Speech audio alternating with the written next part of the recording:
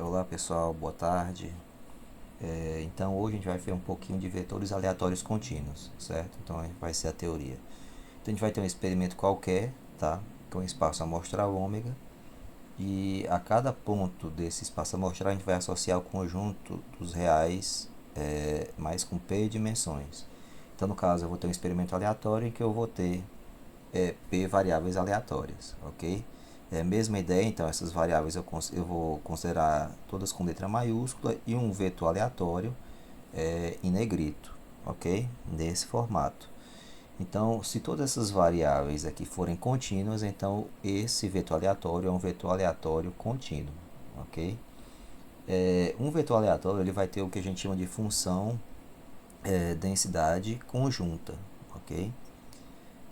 Então, essa função densidade é representada dessa forma, f de x maiúsculo, x, que é um vetor aleatório, ou simplesmente f de x, que é igual a conjunto, f de x1, x2 até xp, ok?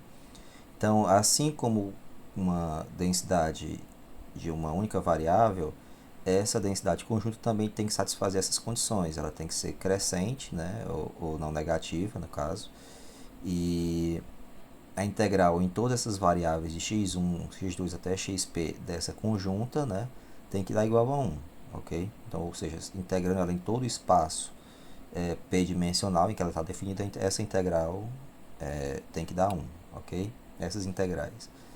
Bom, então, de posse da distribuição da densidade conjunta, a gente pode ter as densidades marginais. Então, se eu tenho p variáveis, eu vou ter p densidades. Como é que eu vou fazer? Eu vou integrar, se eu quero f de xi, um xi qualquer, tal que i, né, está entre de 1 até p, né, 1, 2, 3, 4 até p. Então eu vou integrar nas demais variáveis. Então eu vou ter p menos 1 integrais aqui, excluindo a informação das demais variáveis. Então se eu quero densidade de xi, eu integro em todas as outras p menos 1 variáveis, ok? Cada marginal expressa a densidade independente das demais p-1 variáveis. Então, se eu quero f de x1, vou integrar nas p-1. Então, eu integro em 2, 3 até p. Se eu quiser x2, eu integro 1, 3, 4, 5 até p, e assim vai, ok? Então, eu generalizei aqui de ordem i, ok? Então, diferente dos vetores aleatórios discretos, a densidade ela não expressa a probabilidade. O que vai expressar a probabilidade vai ser o que a gente chama de função de distribuição acumulada, ok? Porque, como eu tenho a densidade como uma curva, né, e aquela curva vai ter uma densidade nula, né, do ponto de vista de integração, então existe apenas a probabilidade acumulada até certo ponto, ou então entre dois pontos. Então, se a variável variar entre 0 até infinito, eu posso calcular de 0 a 10, de 2 a 10, de 3 a 20, de 3 a 1 milhão. Então, eu posso calcular essa integral, ok? Mas para generalizar, a gente vai pegar acumulado à esquerda, ou seja, a probabilidade de um ponto da distribuição ser inferior àquele ponto. Então, se eu tenho uma densidade conjunta, eu vou ter a função de distribuição acumulada conjunta. Então, eu vou integrar aqui, ó, essa função de distribuição acumulada, em vez do f minúsculo, vai ser o f maiúsculo. Essa é a notação geralmente utilizada na literatura. Então, eu vou integrar cada variável até um ponto x1, x2, xp, até um ponto xi qualquer, tá?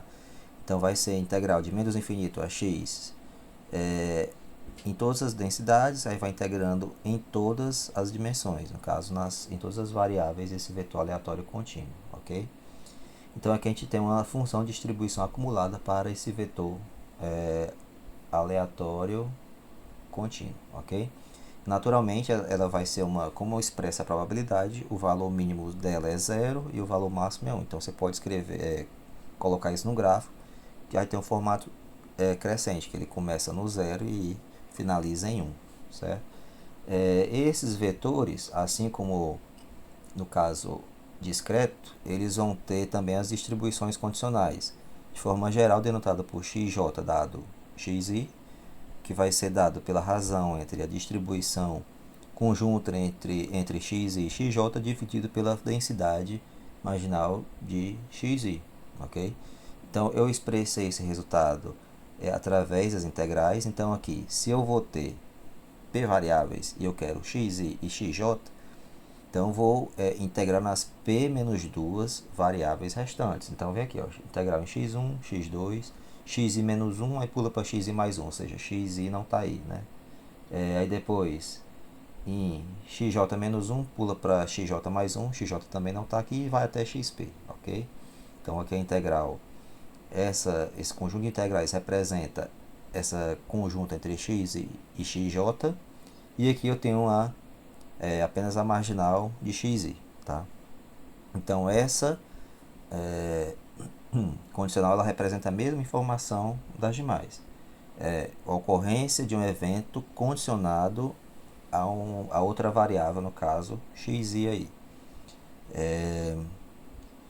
E esses vetores aleatórios contínuos, como você tem a conjunta, tem as marginais e as condicionais, todas essas variáveis têm densidade, e essas densidades têm que atender às mesmas condições de uma densidade normal, ou seja, tem que ser não negativas, tanto a marginal como a conjunta quanto a condicional, e a integral em todo espaço em que ela está definida tem que ser igual a 1, ok?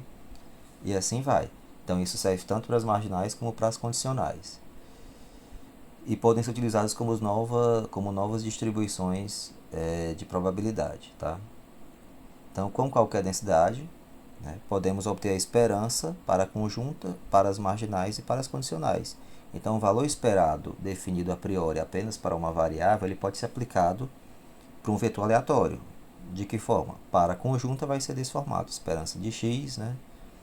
Essa integral em todo espaço que x1, x2 até xp está definido, do produto, né, de x1, x2 até xp vezes a conjunta, né?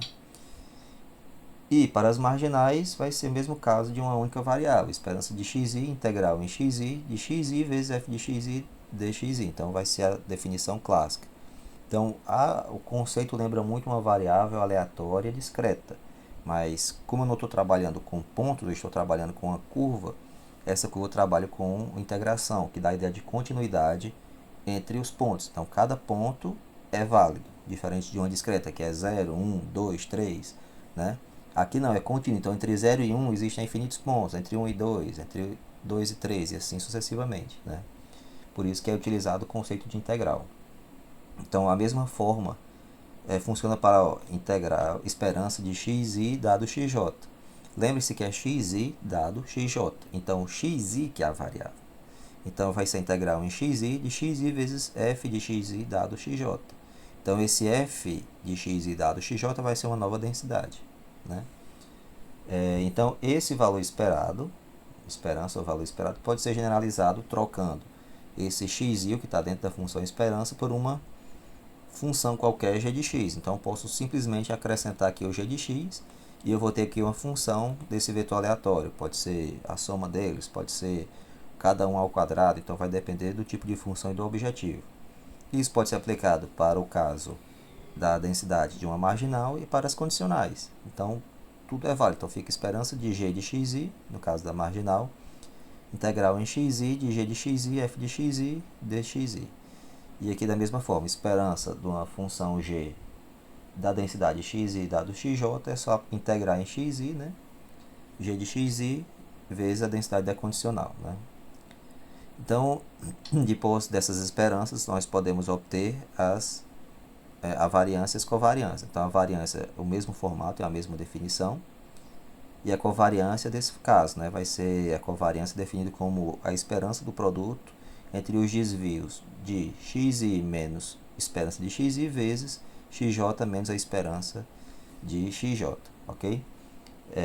Que isso pode ser escrito como a integral, né, em xi e xj, de xi e xj, a densidade conjunta de xi e xj, menos, né, desse formato aqui, integral em xi de f de xi dxi, integral em j de xj vezes f de xj dxj, né? Então, aqui é equivalente ao primeiro termo, representando esperança de xy, ou esperança de xi, xj, menos esperança, né, quadrada da esperança de xi vezes xj, ou seja, produto das esperanças. Então, é a esperança de xy menos esperança de x, esperança de y, ok? Então, para valores maiores que zero, a relação é positiva, então a interpretação para covariância, tanto do caso discreto como contínuo, vai ser exatamente o mesmo, certo? Então, se for maior do que zero, quanto maior x, e maior xj. Se tender para menos infinito, ou seja, for valor menor que zero, quanto maior xi, menor xj e vice-versa, certo? Então, dados esses conceitos, a gente vai fazer, vou deixar esse exercício para vocês aplicarem o que vocês aprenderam nesse exercício.